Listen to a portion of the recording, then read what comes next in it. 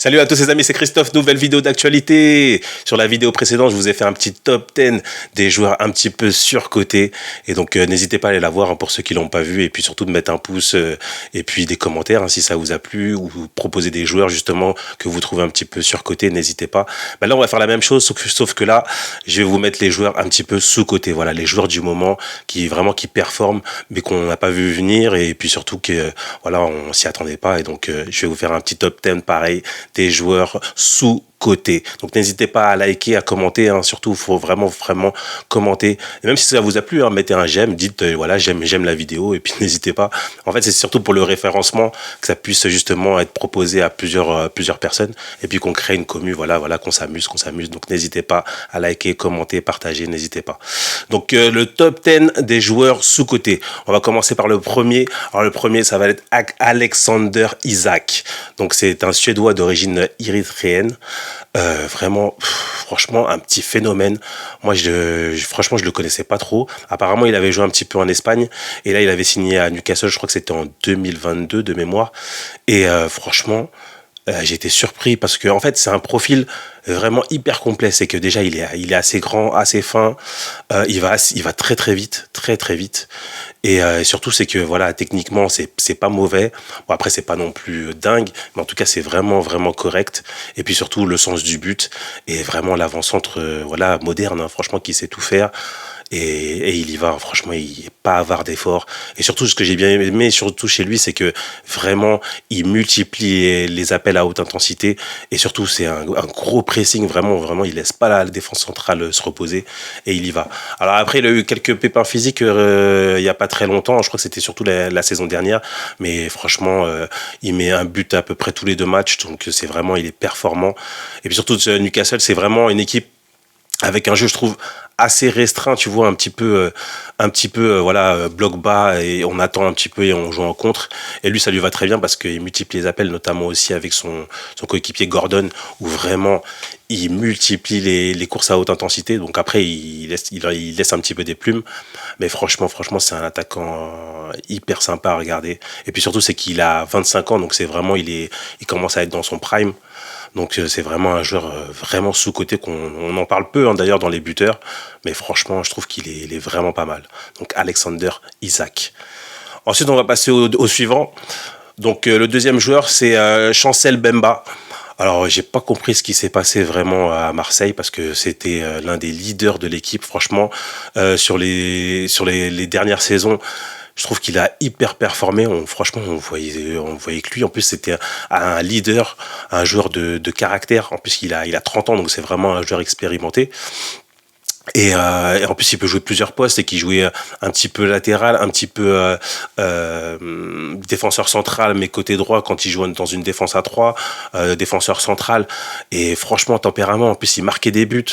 Donc, j'ai pas compris ce qui s'est passé à Marseille. Donc, apparemment, c'est peut-être une brouille avec la direction. Et donc là, il a pas joué un match depuis le début de saison. J'ai pas compris ce qui s'est passé. Donc, à mon avis, je pense que le mercato d'hiver, il va se barrer. Alors, où je sais pas. D'ailleurs, moi, j'avais justement mis ça sur les réseaux, c'est que pourquoi une équipe comme Rennes, qui galère autant en défense centrale, qui a des joueurs avec peu d'expérience, des joueurs assez jeunes, ben pourquoi pas prendre justement foncer sur un joueur comme Chancel Bemba pour avoir un joueur d'expérience, et je pense que c'est sûr que ça aurait stabilisé leur défense. Et là, tu vois, en plus, ils sont dans les bas-fonds du classement. J'ai pas compris pourquoi ils se sont pas jetés sur lui. Mais franchement, moi, je trouve que c'est un super joueur. En plus, capitaine, tu vois, du Congo. Donc, c'est vraiment un leader. Donc, certes, il a 30 ans, mais franchement, il a encore des belles années, hein, vu comment, en plus, il a une belle hygiène de vie. Moi, franchement, je foncerais sur lui. En plus, il doit pas être hyper cher, hein. C'est pas un joueur hyper cher. Donc, moi, j'aurais foncé dessus, hein. Mais vraiment, super joueur, Chancel Mbemba.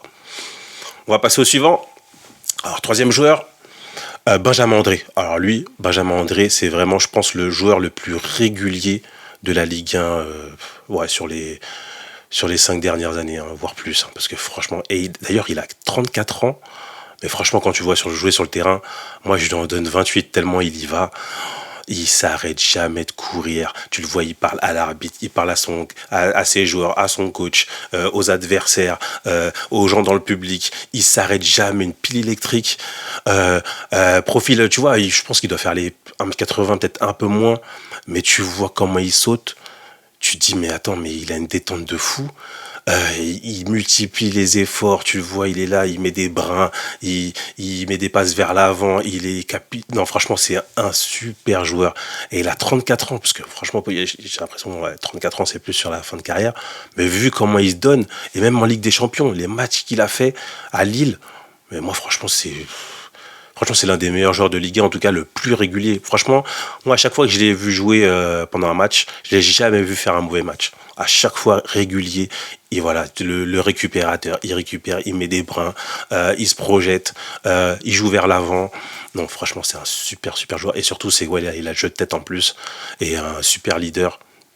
Donc franchement, non, Benjamin André, mais vraiment ultra surcoté en Ligue 1, ultra surcoté. Vraiment, vraiment, vraiment. Joueur 4, Tijjani Reinders. Alors c'est un Hollandais hein, de 26 ans qui joue au Milan. Bon moi je dois dire que en fait j'avais un petit peu de doute vis-à-vis de lui. C'est que moi j'ai eu la chance d'aller justement à San Siro là où j'ai acheté ce magnifique maillot du Milan et je trouvais qu'il était assez transparent en tout cas dans le match que j'avais vu. Et puis même après je l'avais vu jouer un petit peu contre le PSG donc la saison dernière et tout et voilà, je ne le voyais pas exceptionnel. Et vraiment, cette saison, enfin la saison dernière et surtout cette saison avec l'Euro et puis le début de saison justement de cette année, là je trouve il a changé de dimension où vraiment il prend beaucoup plus de responsabilités dans le jeu. Tu le vois vraiment se projeter. En plus, il a une super frappe, une super technique. Et là, c'est là que j'ai bien vu justement toutes ses qualités. Et là, vraiment, oui, c'est un vrai, vrai profil.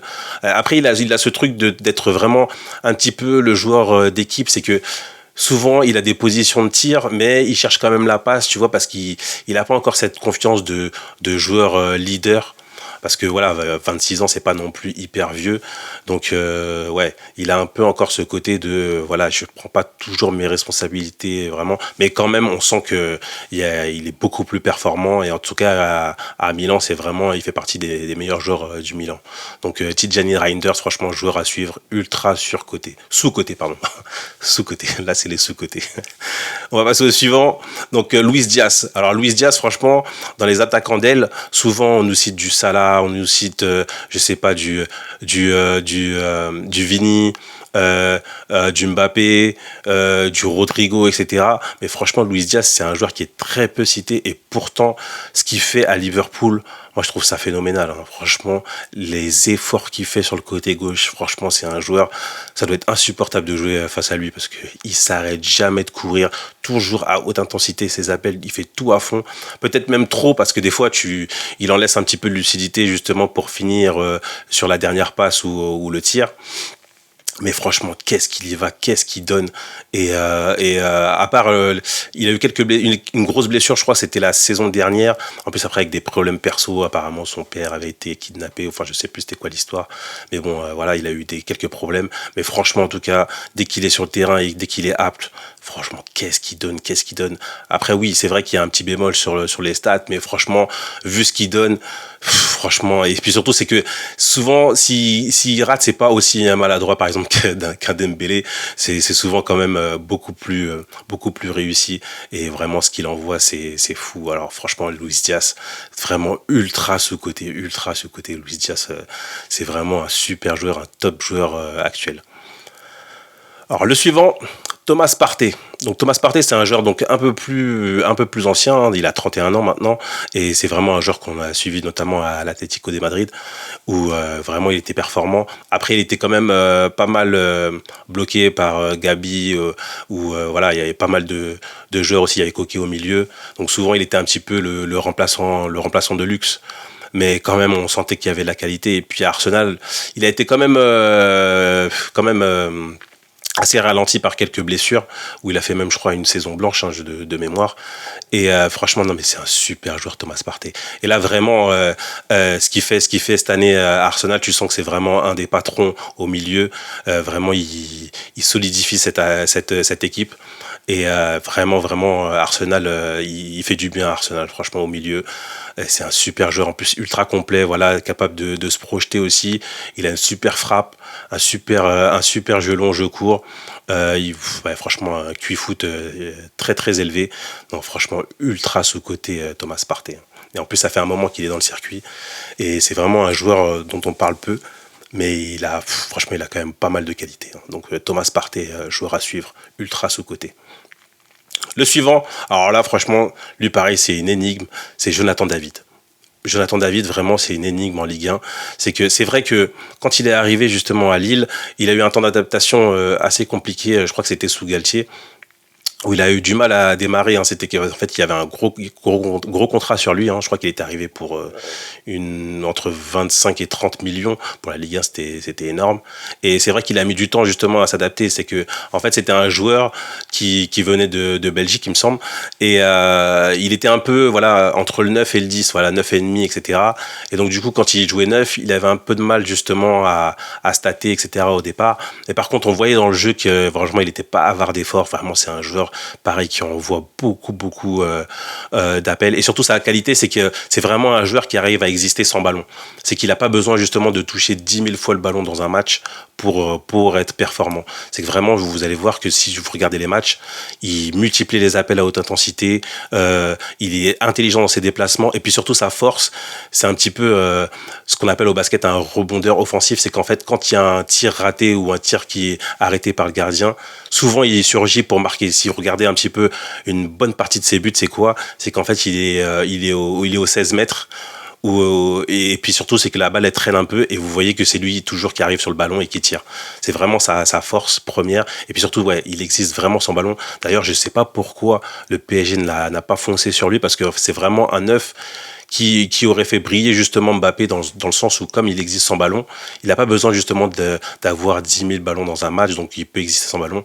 Et surtout, c'est qu'il fait des bons appels, et surtout, c'est que voilà, il est toujours présent dans la surface de réparation et toujours là au rebond offensif. Donc c'est vraiment une force qu'il a, et franchement, je sais pas pourquoi ce joueur-là, ça fait longtemps qu'il est à Lille et qu'on dit qu'il est sur le départ, mais personne ne le signe, je sais pas pourquoi. Donc pourtant, il est pas, peut-être il est très exigeant au niveau de son salaire, je sais pas, mais en tout cas, pour moi, Lille, moi je le garde. Et puis sinon, si je suis un autre club, je fonce sur lui, parce que c'est vraiment un neuf comme il en existe peu aujourd'hui. Hein. Donc ultra sous-côté, Jonathan David. Le suivant, Denis Zakaria. Alors c'est un joueur en fait qui est à Monaco depuis, je crois, l'année dernière. Bon, l'année dernière, j'avais pas vu beaucoup de matchs de Monaco, donc, et puis les peu de matchs que j'ai vus, je l'ai pas vu vraiment crever l'écran. Mais cette saison, mais je trouve qu'il est monstrueux au milieu. D'ailleurs, en plus, là, je crois qu'il est blessé. Et Monaco, justement, a un petit peu galéré sans lui au milieu de terrain. Mais franchement, c'est un super joueur. En plus, il est hyper grand. Je crois qu'il fait 1m90 et puissant.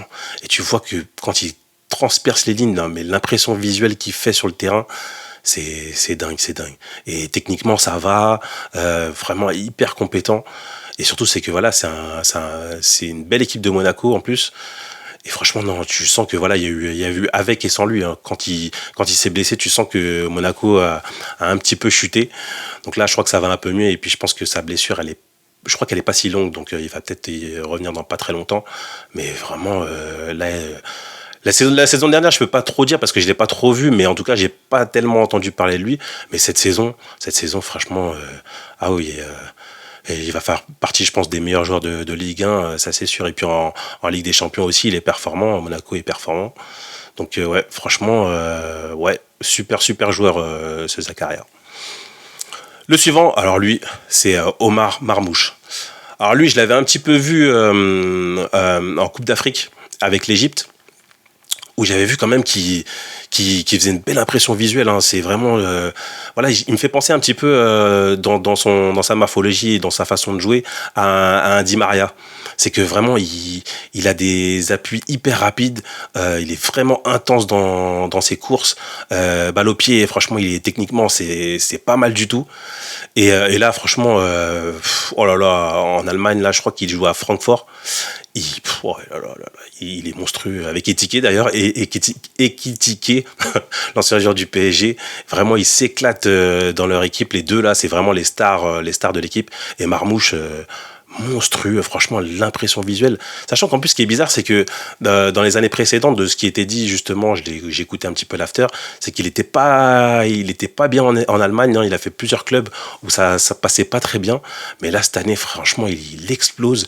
En plus, il a ce truc de marquer des coups francs. Je crois il a fait un match où il a marqué 2 coups francs dans le même match, je crois. Franchement, il est monstrueux, Marmouche. Franchement, l'impression visuelle surtout, c'est que si vous regardez les matchs, vous allez voir, franchement, mais qu'est-ce qu'il y va? Non, qu'est-ce qu'il y va vraiment? Il faut aller voir ce joueur. En tout cas, je pense pas qu'il va rester longtemps dans son club. Je pense que, à mon avis, cet été, il va signer ailleurs parce que vraiment, super joueur, ce Omar Marmouche. Enfin, le dernier joueur, donc c'est Eden Zegrova. Alors, ça fait 3 joueurs de Lille. Franchement, Lille, c'est une équipe que j'ai beaucoup suivi cette année. Et vraiment, ils me font belle impression. Et puis, Zegrova, vraiment, bon, c'est un joueur qui peut te faire mal à la tête quand même. Parce que franchement, il y a certains matchs où il y a quand même du déchet, hein. Quand il va sur son côté droit, là, où il revient sur son pied gauche, etc. En plus, tu sens qu'il a, tu sais, un petit peu cette nonchalance, tu vois, quand il marche, tu sens que il sait qu'il est doué, donc il sait que c'est un bon joueur, donc du coup, il a tendance, voilà, à être des fois un petit peu nonchalant, etc. Mais par contre, quand il donne, non, il donne vraiment. Ce qu'il a fait en Ligue des Champions, notamment contre les 2 clubs de Madrid, oh là là là là, ce qu'il aura fait quand même, c'est qu'on peut pas lui prendre la balle, hein. Dès qu'il est sur son côté droit, là, qui revient sur sa patte gauche, et là, il multiplie les feintes de corps, les feintes, franchement, non, non, non, c'est quelque chose. Et il a un super pied gauche, franchement. Quand il veut frapper et l'envoyer dans la lucarne opposée, il sait faire, il sait faire. Franchement, c'est pas mal du tout. Et franchement, il fait du boulot à Lille. Franchement, un Lille sans Zegrova, c'est compliqué, hein, parce que franchement, offensivement, qu'est-ce qu'il donne. Et c'est un joueur du Kosovo, d'ailleurs, comme il y en a très peu, des joueurs du Kosovo. Mais non, non, qu'est-ce qu'il y va, qu'est-ce qu'il donne. Franchement, super joueur ce Zegrova. Après, comme je vous dis, c'est que oui, il y a quand même du déchet, hein. Franchement, les matchs, à chaque fois, tu es là, tu dis, purée, s'il épurait un petit peu son jeu, parce qu'en fait, il sait tellement qu'il est doué que souvent il va chercher le truc un peu compliqué, genre la passe cachée, la balle par-dessus, la transversale ou la frappe de 30 mètres, essayer d'aller chercher la lucarne. Il va toujours chercher des fois le truc un petit peu trop compliqué, alors que tu peux pas toujours faire le geste de classe, donc de temps en temps, voilà, en plus avec la lucidité, voilà, des fois tu perds en précision, donc des fois il faut lâcher en une touche, etc. Et c'est un petit peu son défaut, mais vraiment qu'est-ce qu'il envoie. Et donc franchement, cette liste là des 10 joueurs là, franchement, si tu ferais d'ailleurs, si tu faisais un 11 justement avec ces joueurs là, je peux vous dire que ce serait une sacrée équipe, hein, parce que tous ces joueurs là, ils sont hyper sous-cotés. Alors dites-moi ce que vous en pensez en commentaire, hein. Proposez des joueurs, n'hésitez pas, dites-moi ce que vous avez aimé, si vous avez détesté, n'hésitez pas, argumentez, commentez, likez, partagez, n'hésitez pas. En tout cas, c'est la liste des joueurs sous-cotés. Et puis, je vous dis à la prochaine, les amis.